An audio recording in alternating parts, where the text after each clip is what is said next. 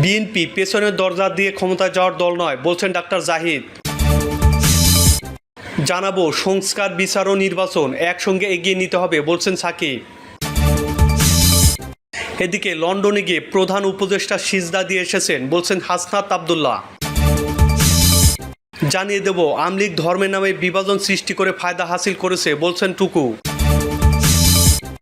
আরও থাকছে, হাসিনাকে পালিয়ে যেতে আমরা বাধ্য করেছি, বলছেন সাইফুল হক।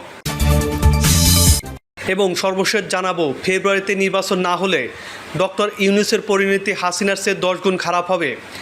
এতক্ষণ শুনছিলেন সংবাদ শিরোনাম, এখন বিস্তারিত। বিএনপি পেছনের দরজা দিয়ে ক্ষমতায় যাওয়ার দল নয়, বলছেন ডাক্তার জাহিদ। বিএনপি স্থায়ী কমিটির সদস্য অধ্যাপক ডক্টর এজেড জাহিদ হোসেন বলেছেন, কেউ কেউ ধর্মের কথা বলেন, কিন্তু কথার সঙ্গে কাজের মিল থাকে না। এটা আমাকে কষ্ট দেয়। আয়না নিজের চেহারা দেখুন। জনগণের মধ্যে আপনার অবস্থান কি? কখনো কি জনগণ আপনাদের উপর আস্থা রেখেছিল? বিএনপি সেই দল যারা স্বাধীনতার ঘোষণা দিয়ে পালায়নি, আত্মসমর্পণ করেনি, অস্ত্র হাতে যুদ্ধ করেছে এবং দেশকে স্বাধীন করেছে। তিনি বলেন, বিএনপি সেই দল যারা শহীদ রাষ্ট্রপতি জিয়াউর রহমানের নেতৃত্বে বাকশালের কবরের উপর বহুদলীয় গণতন্ত্র প্রতিষ্ঠা করেছে এবং নির্দলীয় তত্ত্বাবধায়ক সরকার ব্যবস্থা সংবিধানে অন্তর্ভুক্ত করেছে। বিএনপি পেছনের দরজা দিয়ে ক্ষমতায় যাওয়ার দল নয়। তাই বিএনপি সমালোচনা করবেন, তবে সেটা হোক বাস্তবসম্মত, বিভ্রান্তিকর নয়। ডাক্তার এজেড জাহিদ হোসেন বলেন, 15 আগস্ট দেশনেত্রী বেগম খালেদা জিয়ার 81তম জন্মদিন ছিল। তার সুস্থতার জন্য যারা দোয়া, রোজা, সাদগা, ওমরা ও তাওয়াফ করেছেন, তাদের প্রতি আমরা দলের পক্ষ থেকে কৃতজ্ঞতা প্রকাশ করছি। মহান স্বাধীনতা যুদ্ধ ও গণতন্ত্র পুনরুদ্ধার আন্দোলনের শহীদদের স্মরণ করে তিনি বলেন, আমরা ইলিয়াস আলী, দিনার, জুনেদ সহ হাজার হাজার ভাইকে হারিয়েছি। অনেকেই গুম হয়েছেন, অনেকেই পঙ্গুত্ব বরণ করেছেন। তাদের পুনর্বাসনে ভারপ্রাপ্ত চেয়ারম্যান তারেক রহমানের নেতৃত্বে বিএনপি ও অঙ্গ সংগঠনের নেতাকর্মীরা কাজ করে যাচ্ছেন। বিএনপি স্থায়ী কমিটির সদস্য বলেন, আজকাল অনেকেই এমন ভাষায় কথা বলেন যা গণতন্ত্রের ভাষা নয়, বরং কর্তৃত্ববাদী শাসকের ভাষা। কিন্তু বিএনপি গণতন্ত্রে বিশ্বাস করে, জনগণের অধিকার প্রতিষ্ঠায় বিশ্বাস করে। ছাত্র যুব সমাজের ভবিষ্যৎ, দেশের ভঙ্গুর অর্থনীতি, কৃষি, স্বাস্থ্য, বিচার ব্যবস্থা ও সুশাসন প্রতিষ্ঠায় দেশনেত্রী খালেদা জিয়া ও তারেক রহমান দীর্ঘদিন ধরে কাজ করছেন। জনগণের অধিকার পূর্ণ প্রতিষ্ঠায় সবাইকে ঐক্যবদ্ধ থাকার আহ্বান জানিয়ে ডাক্তার জাহিদ হোসেন বলেন, ধর্মের নামে বিভ্রান্তি ছড়াবেন না। আমরা চাই যারা গণতন্ত্র পুনরুদ্ধারের লড়াই ছিলাম সবাই ঐক্যবদ্ধ থাকি। আগামী ফেব্রুয়ারির মধ্যে জনগণের অধিকার পূর্ণ প্রতিষ্ঠার সুযোগ আসবে। ইনশাআল্লাহ আমরা তা অর্জন করব। অন্তর্বর্তী সরকারের প্রধান উপদেষ্টা নির্বাচন কমিশনকে যে আশ্বাস দিয়েছেন, আমরা তাতে আস্থা রাখতে চাই। তাই বিভেদ নয়, কাদা ছুড়াছুড়ি নয়, জনগণের মনের ভাষা বুঝুন, জনগণের কাছে যান। আমরাও 31 দফা নিয়ে গিয়েছি, আপনারাও যান। জনগণ যাকে ভালোবাসবে তাকেই গ্রহণ করবে।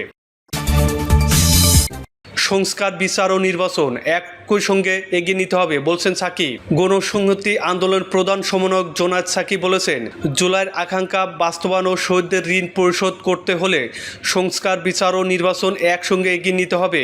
এই 3 কর্মসূচিতে যেন কোনো শক্তি বাধা সৃষ্টি করতে না পারে, সেজন্য দেশের তরুণদের সচেতন থাকতে হবে। গণসংহতি আন্দোলনের এই শীর্ষ নেতা বলেন, আজ আমাদের সঙ্গে তরুণেরা যুক্ত হয়েছেন, এটা আনন্দের বিষয়। তরুণেরা রাজনীতিতে সক্রিয় হয়ে উঠেছে।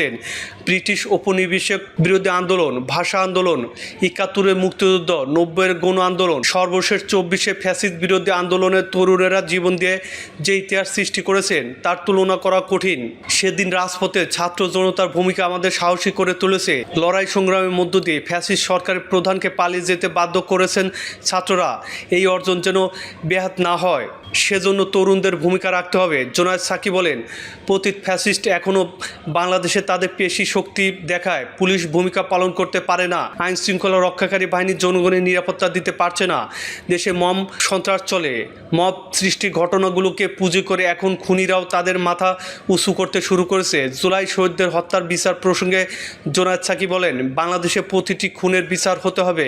জুলাই আন্দোলনের শহীদদের পরিবার হত্যার বিচার চাইছে, কিন্তু বিচার হচ্ছে না। এর দায় কে নেবে? দেশের বর্তমান পরিস্থিতিতে যদি জনগণ ঘরে ফিরে যায়, তাহলে আবু সাইদের রক্তের সঙ্গে বেইমানি করা হবে। সুতরাং আমাদের ঐক্যবদ্ধ থাকতে হবে, এর কোনো বিকল্প নেই।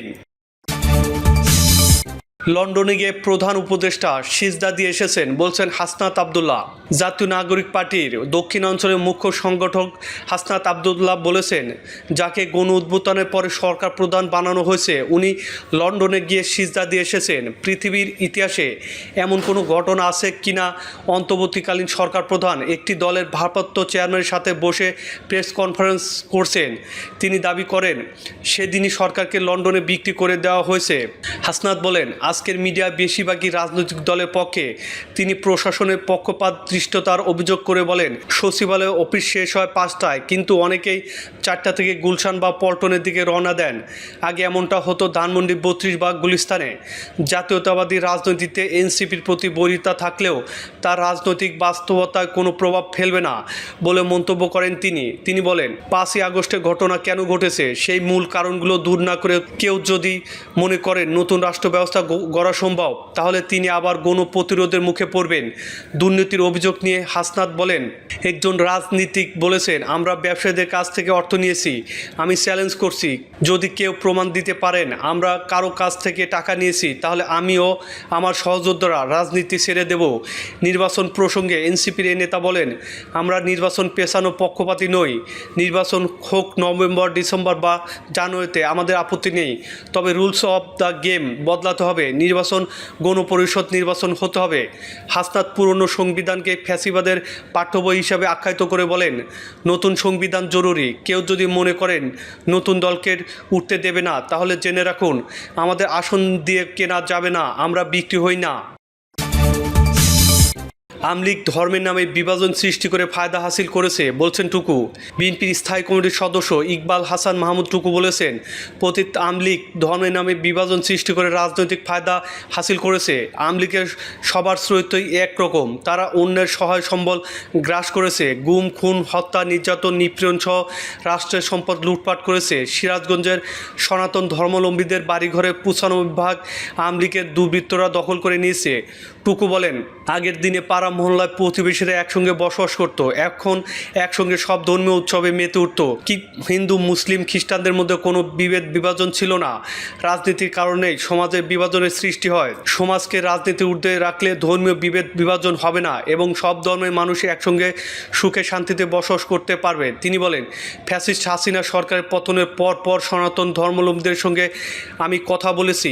আপনারা নির্ভয়ে বসবাস করুন, ব্যবসা বাণিজ্য করুন। আপনাদের কেউ আঘাত করলে সেই আঘাত আমার আত্মায় লাগে। সিরাজগঞ্জকে রেইনবো শহরে পরিণত করার স্বপ্ন দেখেন উল্লেখ করে তিনি বলেন, সবাইকে সঙ্গে নিয়ে সিরাজগঞ্জকে 7 রঙের মানুষের সব ব্যবস্থার শহরে পরিণত করতে চাই।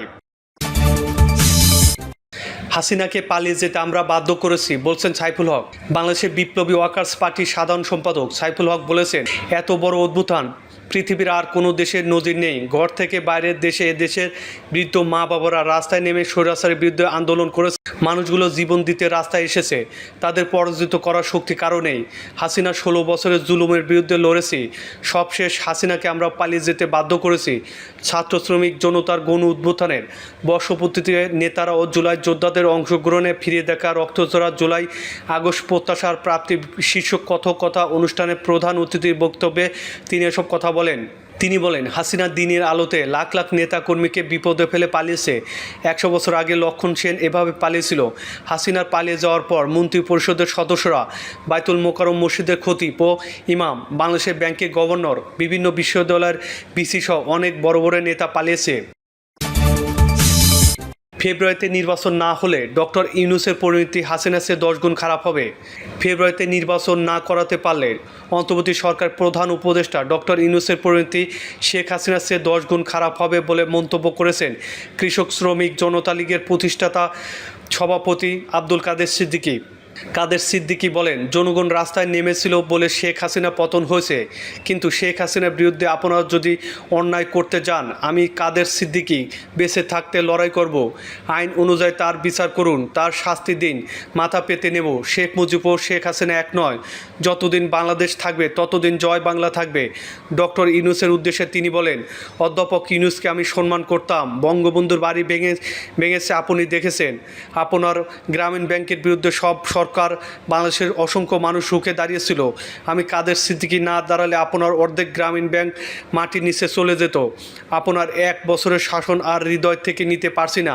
ফেব্রুয়ারিতে নির্বাচন না দিলে এবং নির্বাচন করতে না পারলে শেখ হাসিনার চেয়ে আপনার পরিণতি 100 গুণ খারাপ হবে। মুক্তিযোদ্ধাদের নিয়ে তিনি বলেন, মুক্তিযোদ্ধাদের গায়ে হাত দেওয়ার চেষ্টা করবেন না। তাদের সম্মানী 1 লাখ টাকা করতে হবে। তবে এ বছরই তাদের সম্মানী 50,000 করার দাবি জানাচ্ছি। আমরা ভিক্ষা চাই না, সম্মানী চাই। যুদ্ধ বড় কঠিন জিনিস। যখন মুক্তিযোদ্ধা করেছিলাম জীবনের মায়া ছিল না। প্রিয় দর্শক, এই ছিল এখনকার সর্বশেষ সংবাদ। আপডেট সব সংবাদ পেতে আমাদের চ্যানেলটি সাবস্ক্রাইব করে বেল আইকনটি ক্লিক করে রাখুন। কমেন্টে আপনি মূল্যবান মতামত জানিয়ে আমাদের সাথেই থাকুন। ধন্যবাদ।